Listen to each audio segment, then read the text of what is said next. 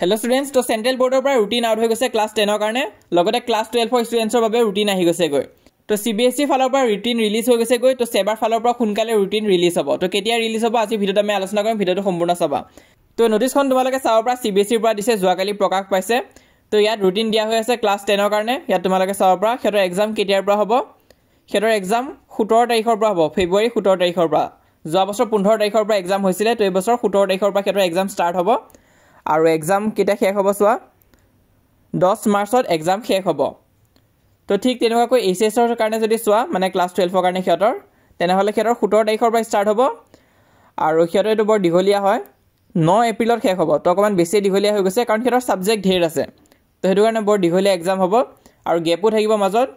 तो सीबीएसईर पर रूटीन आहि गए गई और सीबीएसई रूटीन दिया केदिनमान दिन पिछते सेबाई रूटीन दी दिए तो जोৱা बছৰ যদি মই কথা কওঁ তেনহলে চাব পৰা 20 नवेम्बर सीबीएसई रूटीन रिलीज करिसिले और तक तुमालोके चुआ 15 तारिखर पर एग्जाम हुआ कथा आसिले तो ठीक 5 दिन पिछते सेबाई निजर रूटीन रिलीज कर दिए और 15 तारिखर पर एग्जाम राखे 15 तारिखर पर 3 तारिखले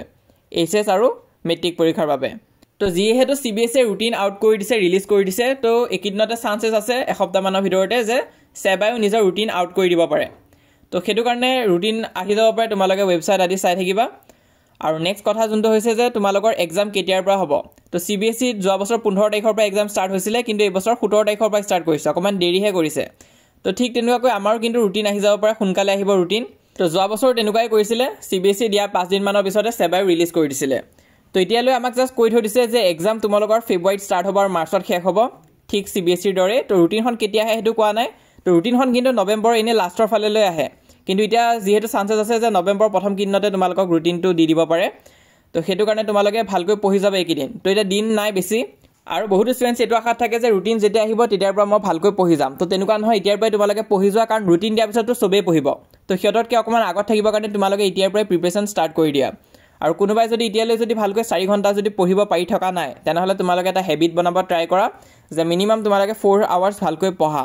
তো বহুত স্টুডেন্টস এটা কি কৰি আছে যে 2-3 ঘণ্টাহে পঢ়ি আছে আৰু যোনখিনি সময় পঢ়িছে তাতো ফোকাস দি পঢ়িব পৰা নাই তো এনেকৈ কৰিলে কিন্তু পিছত তোমালোকে বিপদত পৰিবা